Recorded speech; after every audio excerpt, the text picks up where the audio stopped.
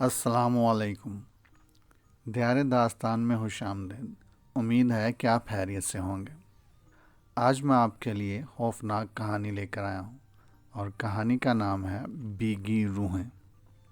کہانی شروع کرنے سے پہلے اگر آپ نے ہمارا چینل سبسکرائب نہیں کیا تو سبسکرائب کر دیں اور بیل آئیکن کے بٹن پہ کلک کر دیں تاکہ آپ کو ہماری آنے والی کہانیوں کا نوٹیفیکیشن موصول ہو سکے۔ تو شروع کرتے ہیں۔ بھیگی روحیں۔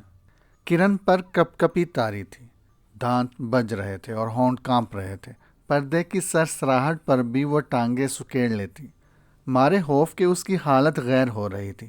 اس نے برابر کے بیڈ پر بے خبر سو رہی اپنی کزن نائلہ کی طرف گردن گھما کر دیکھا اور اسے آواز دینی چاہی، مگر اس کی آواز ہونٹوں تک پہنچنے سے پہلے ہی حلق میں گھٹ کر رہ گئی۔ دسمبر کی سرد رات تھی، پھر بھی اس کا پورا جسم پسینے میں شرابور تھا اور پیاس کی شدت سے حلق میں کانٹے چبھ رہے تھے۔ ہونٹ صحرا کی مانند خشک ہو چکے تھے۔ کمرے کی مدھم روشنی میں دیوار پر ٹنگی گھڑی پر نظر گئی تو اسے شبہ ہوا اور اس نے آنکھیں مسل کر بغور دیکھا، پھر زیر لب بڑبڑائی، اف خدایا، ابھی صرف رات کے 12 ہی بجے ہیں، صبح ہونے میں تو ابھی بہت دیر ہے۔ اب خوف کے ساتھ کرن کی بے چینی بھی بڑھنے لگی۔ اس نے رحم طلب نظروں سے نائلہ کی طرف دیکھا، پھر پوری قوت سے پکاری، نائلہ، نائلہ۔ اس کی آواز سے اگرچہ کمرے کا سکوت ٹوٹ گیا تھا، مگر نائلہ کی نیند نہیں ٹوٹی تھی۔ وہ دوبارہ پوری قوت سے پکاری، نائلہ، نائلہ، مجھے پیاس لگ رہی ہے۔ آواز نائلہ کی سماعت سے ٹکرائی اور وہ آنکھیں کھولے بنا بولی، بیڈ کی سائڈ ٹیبل پر بوتل رکھی ہے، پانی پی کر سو جاؤ اور مجھے بھی سونے دو۔ یہ کہہ کر اس نے کروٹ بدل لی۔ لیکن مجھے ڈر لگ رہا ہے، نائلہ پلیز خدا کے لیے میرے پاس آ جاؤ، وہ درد بھری آواز میں بولی۔ نائلہ نے کروٹ بدل کر اس کی جانب دیکھا اور پھر برا سا منہ بنا کر بولی، نہ بابا نہ، اس چھوٹے سے بیڈ پر میں تمہارے ساتھ نہیں سو سکتی، تم سوتے میں ٹانگیں چلاتی ہو۔ کرن نے تکیہ کو ٹھیک کرتے ہوئے کہا، میں سو کہاں رہی ہوں، نیند نہیں آ رہی، اس لیے تو تمہیں بلا رہی ہوں۔ نائلہ جھٹکے سے اٹھ بیٹھی اور بولی، دیکھو کرن، اب اگر تم نے آواز دی تو میں نیچے لاؤنج میں۔ کرن نے اس کی بات کو کاٹ کر کانپتی آواز میں کہا، نہیں نہیں نائلہ، خدارا تم اس کمرے سے کہیں مت جانا۔ نائلہ نے کروٹ بدل لی۔ خوف زدہ کرن پانی پی کر سونے کی کوشش کرنے لگی، تبھی ایک بار پھر وہ ڈرونا واقعہ فلم کی طرح اس کی نظروں کے سامنے گھومنے لگا اور وہ ہڑبڑا کر اٹھ بیٹھی۔ اسے خود پر غصہ آنے لگا کہ وہ اتنی ڈرپوک کیوں ہے۔ کرن کے ممی ڈیڈی عمرہ کرنے گئے ہوئے تھے۔ گھر میں دادی تھی جو اماں بھی کہلاتی تھی۔ ان کے علاوہ پرانا ملازم خان بہادر تھا جو ہر فن مولا تھا۔ وہی باورچی تھا، مالی اور ڈرائیور کی ذمہ داریاں بھی وہی سنبھالتا تھا۔ کرن فرسٹ ایئر میں پڑھتی تھی اور اشفاق سیکنڈ ایئر میں۔ کالج کی چھٹیاں اور ممی ڈیڈی کے نہ ہونے کی وجہ سے دونوں سخت بور ہو رہے تھے۔ پھر دادی اماں ہی کے کہنے سے اشفاق نے حیدرآباد میں اپنی پھپھو کے ہاں فون کیا اور اس کا کزن آصف جو اس کا ہم عمر اور ہم جماعت تھا، اسے اور نائلہ کو بلوایا۔ نائلہ اور کرن کی آپس میں خوب بنتی تھی۔ اتفاق سے دونوں کی سالگرہ بھی ایک ہی تاریخ کو آتی تھی، جو دونوں اکثر و بیشتر مل کر مناتی تھی۔ ان دونوں کے آ جانے سے گھر میں رونق سی لگ جاتی تھی۔ وہ چاروں مل کر خوب ہلہ گلا کرتے تھے۔ اماں بچوں کی خوشی میں خوش تھیں۔ اشفاق اور آصف کو پرسرار ڈراؤنے قصے، کہانیاں پڑھنے اور ہارر فلمیں دیکھنے کا جنون کی حد تک شوق تھا، جبکہ کرن کی جان جاتی تھی۔ نائلہ لڑکی ہونے کے باوجود نڈر اور بہادر تھی۔ اس پر برتری ثابت کرنے کے لیے نائلہ بھی آصف اور اشفاق کا ساتھ دیتی تھی۔ تینوں مل کر کرن کا خوب مذاق اڑاتے تھے۔ آج شام کو اماں بی کی چھوٹی بہن کی طبیعت اچانک زیادہ بگڑ گئی تو ان کے بائل لینے آ گئے۔ وہ چاروں بچوں کو نصیحت اور خان بہادر کو تاکید کر کے چلی گئی کہ گھر اور بچوں کا خاص خیال رکھنا، مجھے آنے میں شاید دیر ہو جائے۔ اماں بی کو گئے کچھ ہی دیر گزری تھی کہ آصف بھوک کا راگ الاپنے لگا، حالانکہ ابھی صرف 7:30 بجے تھے۔ خان بہادر جلدی جلدی کھانا بنانے لگا۔ کھانے سے فارغ ہو کر لڑکیاں ٹی وی دیکھنے میں مشغول ہو گئی تھیں۔ آصف اور اشفاق نے اپنی بوریت دور کرنے کے لیے خان بہادر کو بلا لیا۔ خان بہادر، آج تم ہمیں کوئی قصہ سناؤ، مگر ڈراؤنا ہونا چاہیے، اشفاق نے کہا۔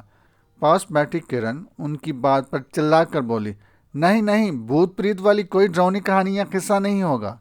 خان بہادر، اماں بھی گھر پر نہیں ہے، مجھے سخت ڈر لگے گا۔ تینوں نے اسے ڈرپوک کہہ کر قہقہہ لگایا اور وہ سب خان بہادر کو کہانی سنانے کے لیے زور دینے لگے۔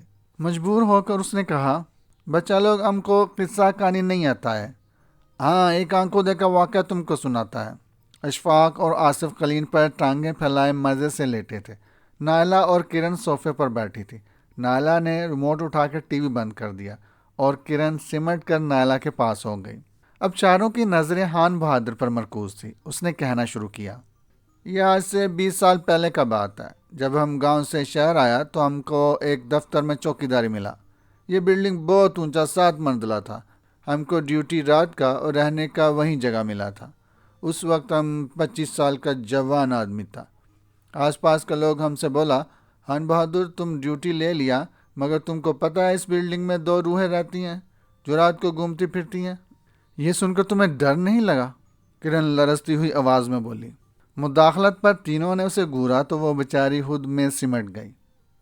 خان بہادر ہنس کر بولا، وہ سب لوگ ہم کو یہی بولتا، ہم سب کو ایک ہی جواب دیتا، میں پٹھان ہے، ہم کسی سے نہیں ڈرتا ہے، آئے گا تو میں بھی دیکھے گا۔ اب وہ بلڈنگ کے بارے میں تفصیل سے بتانے لگا۔ بلڈنگ کے ایک کونے میں میرا 4 پہی پڑا رہتا تھا، اس کے نیچے میرا صندوق جس میں کپڑا، جوتا، روزمرہ کا استعمال کا چیز تھا۔ اندر کھلا جگہ جہاں دن میں سب لوگوں کا گاڑیاں کھڑا رہتا، وہاں سے پورا بلڈنگ اوپر تک دکھائی دیتا۔ ایک رات میرا دوست ملنے آیا، کافی دیر ہم گپ شپ کیا، پھر وہ اٹھ کر جانے لگا تو میں بولا، تم بیٹھو، میں سامنے والا ہوٹل سے کھانا لے کے آتا ہے۔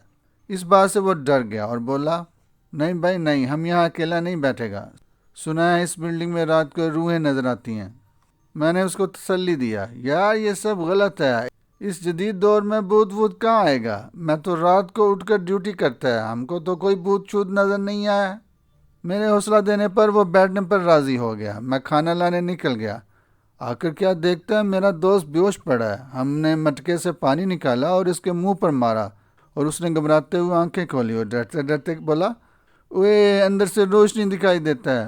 میں نے نظریں گھما کر دیکھا تو واقعی بلڈنگ کے اندر سے روشنی آتا تھا۔ میں نے 4 پائی سے ٹارچ اٹھایا اور میرا دوست بھی میرے پیچھے آنے لگا۔ ہم دونوں کھلے صحن میں آ گئے اور غور سے اوپر دیکھا تو روشنی 7ویں منزل سے آتا تھا۔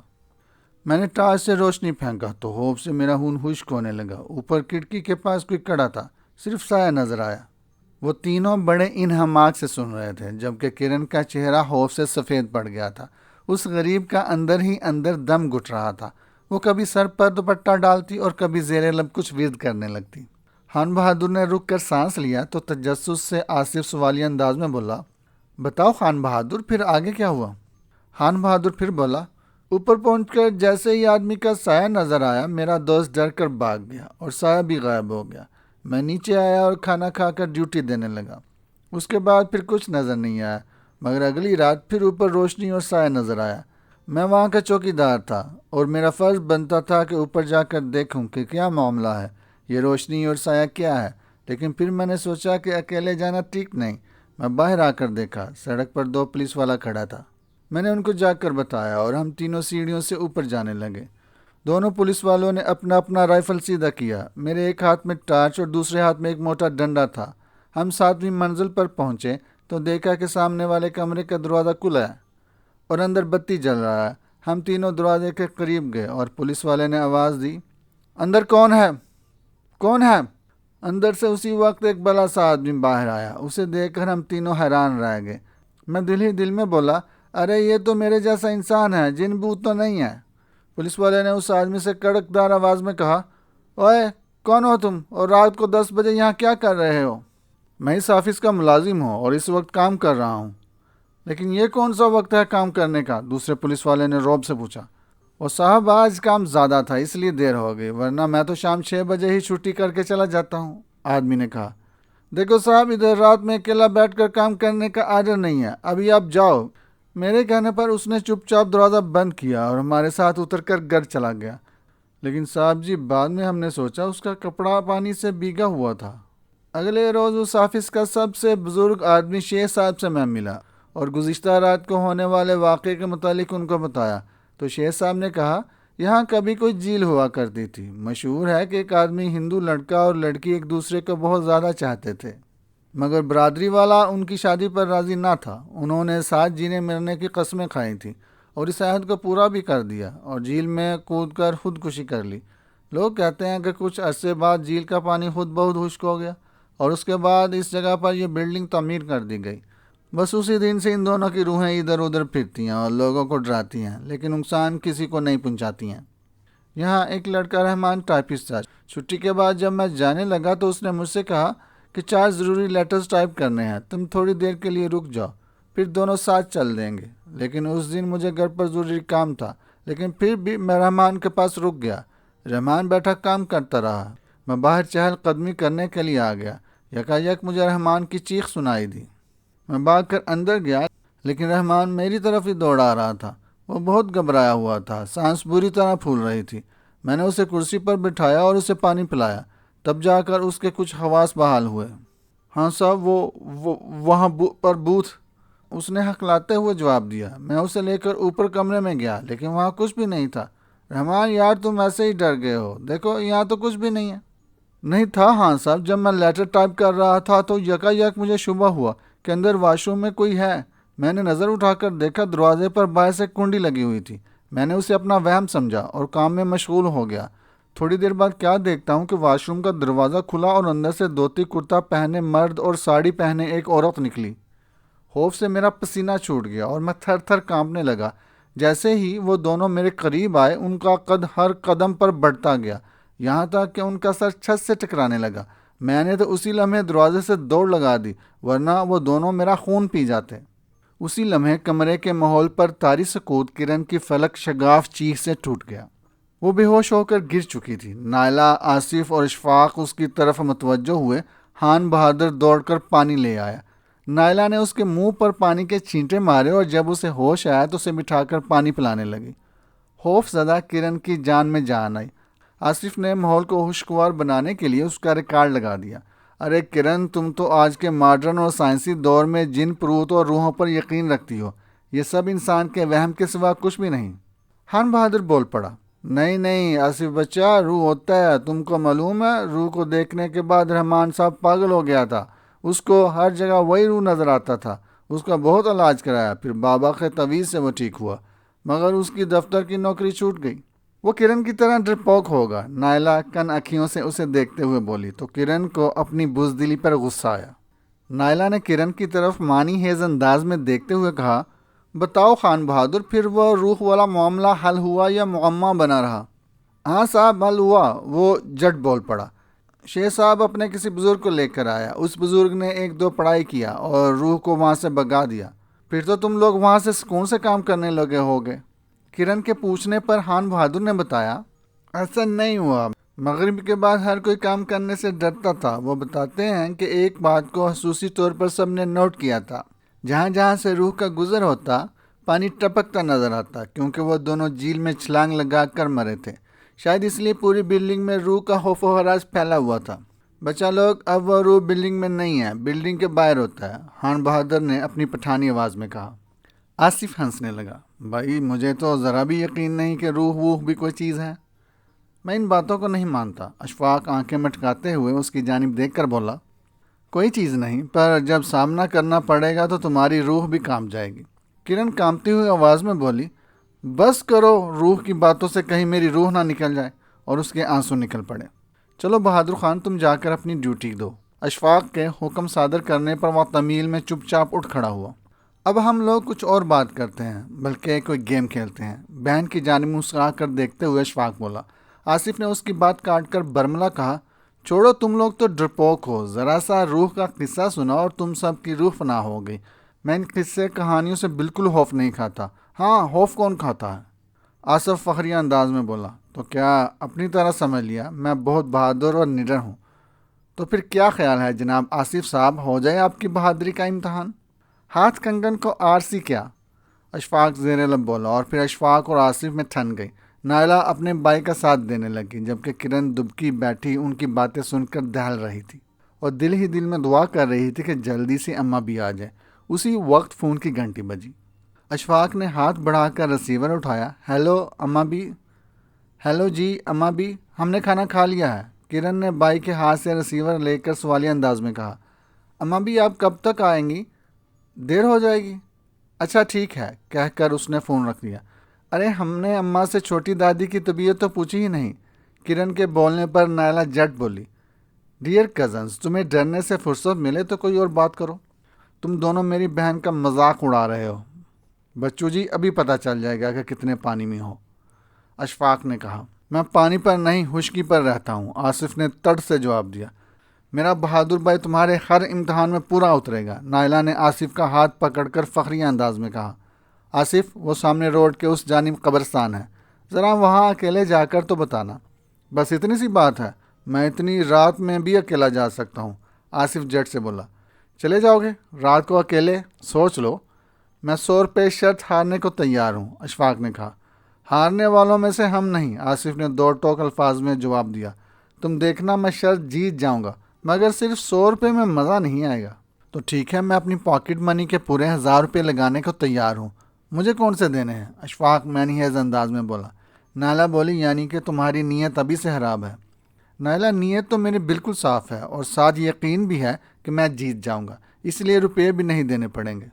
اشفاق، اس خام خیالی میں مت رہنا، روپے تو میں تم سے وصول کر کے رہوں گا، ورنہ تمہارا جینا حرام کر دوں گا۔ آصف ہنس کر بولا، خدا کے لیے ایسی خوفناک باتیں مت کرو۔ کرن ہاتھ جوڑ کر بولی، دیکھو کرن، اس وقت تم ہمارے بیچ میں مت کودو، شرط لگی ہے اور عزت کا سوال ہے۔ اشفاق، تم 1000 روپے نکالو۔ آصف اشفاق کی جانب دیکھ کر بولا۔ کچھ سوچ کر اشفاق نے کہا، روپے تو میں دے دوں گا، مگر مجھے پتہ کیسے چلے گا کہ تم قبرستان گئے تھے؟ تمہیں میری بات پر یقین کرنا ہوگا، آصف بولا۔ مگر ثبوت کے بغیر کیسے یقین کر لوں؟ اشفاق نے جواب دیا۔ ان لوگوں کے درمیان پھر بحث چھڑ گئی۔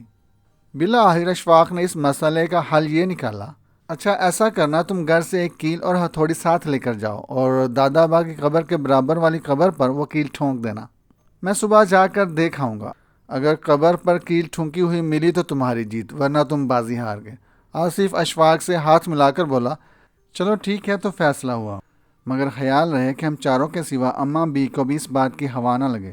یہ سن کر کرن کے ہوش اڑ گئے اور وہ ان لوگوں کو منع کرنے لگی، ایسا ہرگز بھی نہ کرنا، خدا نہ خواستہ کچھ الٹا سیدھا ہو گیا تو لینے کے دینے پڑ جائیں گے، اماں بی سے ڈانٹ اور ممی ڈیڈی سے مار پڑ سکتی ہے۔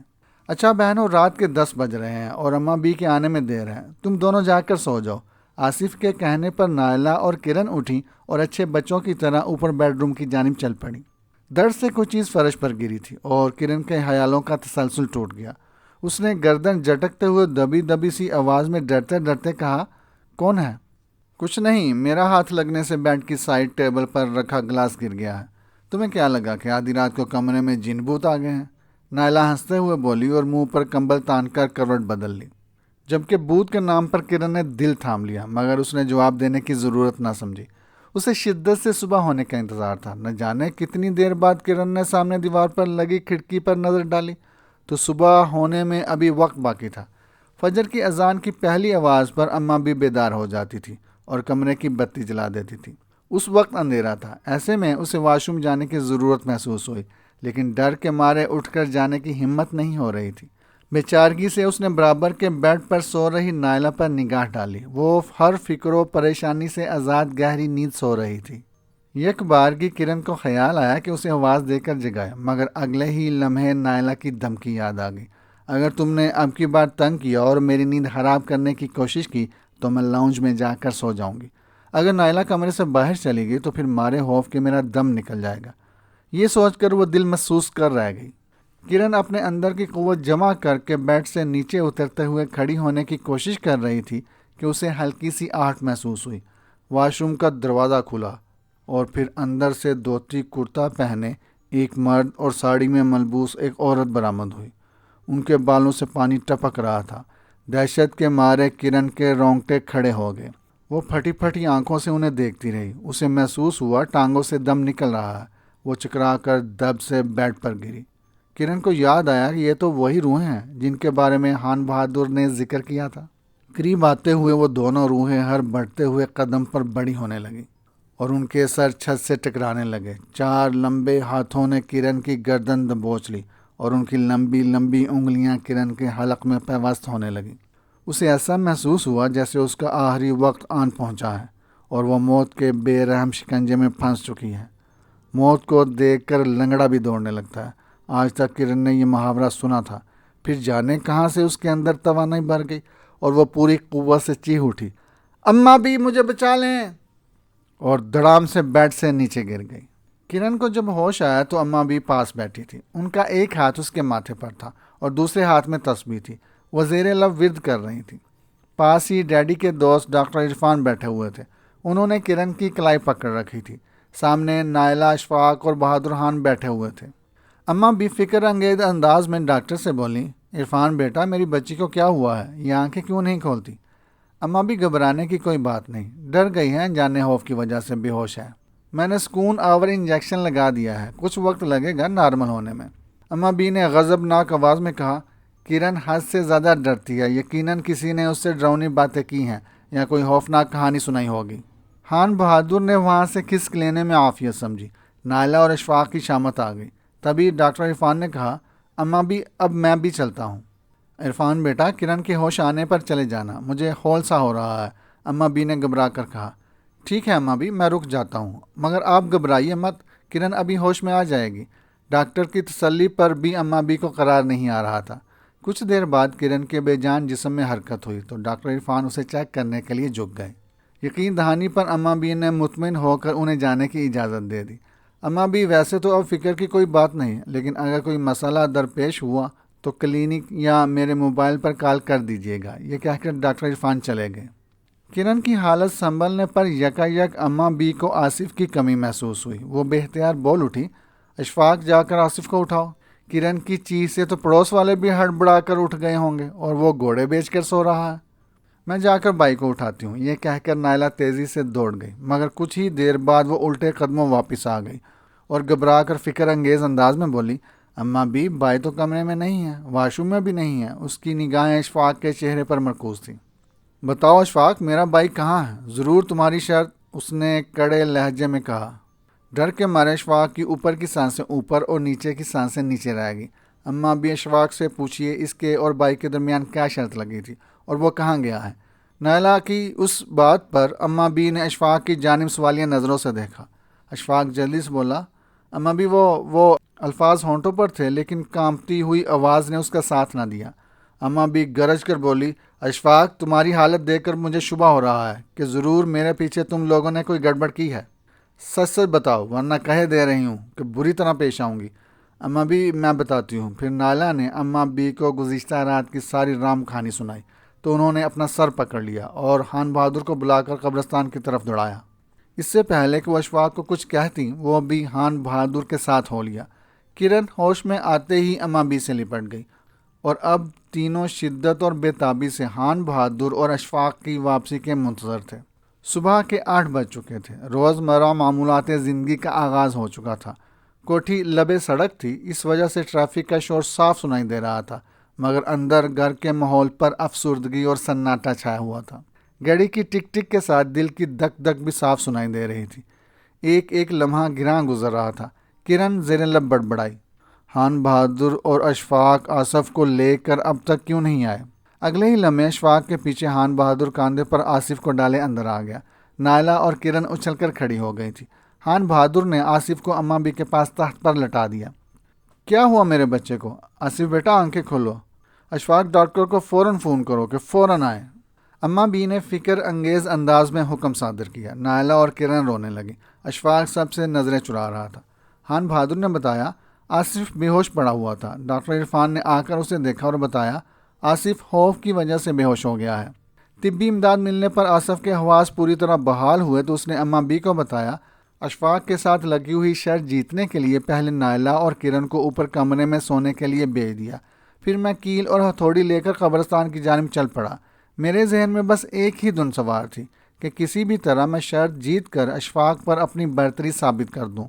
ٹارچ میرے ہاتھ میں تھی۔ ڈاکٹر عرفان بڑے انہماک اور تجسس سے آصف کی باتیں سن رہے تھے، جبکہ اماں بی کے چہرے سے غصے کی لہریں پھوٹ رہی تھی اور اشفاق کے چہرے پر 12 بج رہے تھے۔ دونوں لڑکیاں رونی صورت بنائے خاموش بیٹھی تھیں۔ پھر اس نے یوں کہا، میں بلا خوف و خطر آگے بڑھتا جا رہا تھا اور ٹارچ کی روشنی میری رہنمائی کر رہی تھی۔ اس وقت میرے دماغ میں ایک ہی بات گردش کر رہی تھی کہ یہ کیل نہیں، میری بہادری اور فتح کا جھنڈا ہے۔ لیکن جیسے ہی میں قبرستان کے دروازے پر پہنچا، ایک بھیگے کپڑے والے شخص نے اندر جانے سے روک دیا۔ کہ رات کے وقت قبرستان کے اندر جانا ٹھیک نہیں۔ میں دل ہی دل میں سوچنے لگا کہ میری اس بات کو اشفاق ہرگز نہیں مانے گا اور شرط ہارنے کے ساتھ ساتھ بزدل بھی کہلاؤں گا، جو مجھے ہرگز گوارا نہیں تھا۔ پھر میں پیچھے کے راستے سے دیوار پھاند کر قبرستان کے اندر جانے میں کامیاب ہو گیا۔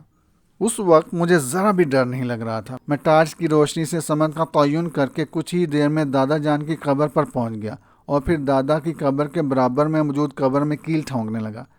میں نے ٹارچ پتھر سے لگا کر زمین پر رکھ دی۔ ابھی میں کیل ٹھونک ہی رہا تھا کہ یکایک مجھے محسوس ہوا پیچھے سے کسی نے مجھے دبوچ لیا ہو۔ ڈر کے مارے میرا پورا وجود لرز گیا۔ میری بہادری 1 منٹ میں ہی رفو چکر ہو گئی اور میں چیخ کر کسی کو مدد کے لیے پکارنا چاہتا تھا، مگر آواز حلق میں ہی گھٹ کر رہ گئی، یہ دیکھنے کے لیے کہ آخر کس نے مجھے دبوچا ہے، لیکن سوائے اندھیرے کے مجھے کچھ نظر نہ آیا۔ میں نے ٹارچ اٹھانے کے لیے ہاتھ بڑھایا تھا، لیکن وہ خود ہی لڑک کر بند ہو گئی۔ رات کا وقت تھا، گپ اندھیرا، قبرستان اور میں اکیلا۔ حلق میں کانٹے چبھنے لگے اور زبان لڑکھڑا گئی تھی۔ میں ہوش گنوا بیٹھا۔ پھر مجھ پر کیا گزری مجھے کچھ پتہ نہیں۔ اماں بی کا چہرہ غصے سے سرخ ہو رہا تھا۔ کرن اور نائلہ بے جان مورتی کی مانند بت بنی بیٹھی تھی، جبکہ ڈاکٹر عرفان کسی گہری سوچ میں ڈوبے ہوئے تھے۔ اماں بی نے غضبناک انداز میں اشفاق کی جانب دیکھا اور خان بہادر سے سوالیہ انداز میں پوچھا، خان بہادر، جب تم نے آصف کو بے ہوشی کی حالت میں قبر سے اٹھایا تو؟ اماں بی کی بات کاٹ کر خان بہادر بول پڑا، جب میں آصف کو قبر سے اٹھانے لگا تو اس کا قمیض دامن کیل سے اٹکا ہوا تھا۔ سوچ میں ڈوبے ڈاکٹر صاحب چونک کر بول اٹھے، اماں بھی میں بتاتا ہوں وہاں کیا ہوا تھا۔ جب آصف قبر پر کیل ٹھونکنے بیٹھا، اس کے دل میں کچھ تو خوف ہوگا اور یہ جلد از جلد کام ختم کر کے لوٹنا چاہتا ہوگا۔ کیل ٹھوکتے ہوئے ضرور اس کا ہاتھ کانپا ہوگا اور نگاہ ٹارچ کی جانب سے ذرا ہٹ گئی ہوگی اور اسے پتہ ہی نہ چلا کہ قمیض کا دامن کیل کے ساتھ ٹھک گیا ہے۔ اپنے طور پر کام مکمل کر کے جیسے ہی اس نے اٹھنا چاہا تو قمیض کا دامن کیل میں پھنسا ہوا تھا، اس لیے اسے جھٹکا لگا۔ آصف کو لگا کہ کسی روح نے آ کر اسے دبوچ لیا ہے اور یہ خوف سے بے ہوش ہو گیا۔ کیوں آصف، میرا تجزیہ صحیح ہے نا؟ آصف نے اقرار میں گردن ہلائی اور اس کی گردن شرمندگی اور اماں بی کے خوف سے خود بہت جھک گئی۔ ڈاکٹر عرفان فکر انگیز انداز میں بولے، خدا کا شکر ہے آصف صرف بے ہوش ہوا تھا، ورنہ زیادہ خوف کی صورت میں اکثر ہارٹ فیل بھی ہو جاتا ہے۔ ڈاکٹر عرفان نے اتنا ہی کہا تھا۔ آصف اچھل کر کھڑا ہو گیا اور خوفزدہ نظروں سے ایک جانب حلا میں گورنے لگا۔ کیا ہوا؟ اماں بی نے گھبرا کر پوچھا۔ وہ دیکھو سامنے ایک شخص بھیگے کپڑوں میں کھڑا ہے، وہ کہہ رہا ہے میں نے منع کیا تھا پھر بھی تم قبرستان کے اندر گئے۔ بیوقوف لڑکے، میں نہیں چاہتا کہ تم بھی ہماری طرح گھومتے پھرو، ہماری روحیں بھی صدیوں سے گھوم پھر رہی ہیں۔ کون؟ کہاں؟ ہمیں تو کوئی دکھائی نہیں دے رہا۔ نہیں، وہ دیکھو وہ کھڑا ہے، کہہ رہا ہے ہم ہر کسی کو نظر نہیں آتے اور نہ ہم ہر ایک کو نقصان پہنچاتے ہیں، تمہاری بھلائی کے لیے تمہیں روک رہے تھے، دیکھو وہ جا رہا ہے۔ اس واقعے کو آج کئی برس گزر چکے ہیں۔ اشفاق کو اب بھی یقین نہیں آتا کہ آصف سچ بول رہا تھا۔ اس کا کہنا ہے کہ وہ ڈر گیا تھا اور اسی رو میں بول رہا تھا۔ یہ کہانی آپ کو پسند آئے تو لائک ضرور کیجیے گا، ہمارے چینل کو سبسکرائب کر دیں اور بیل آئیکن کے بٹن پر کلک کر دیں تاکہ آپ کو ہماری آنے والی کہانیوں کا نوٹیفیکیشن موصول ہو سکے۔ شکریہ۔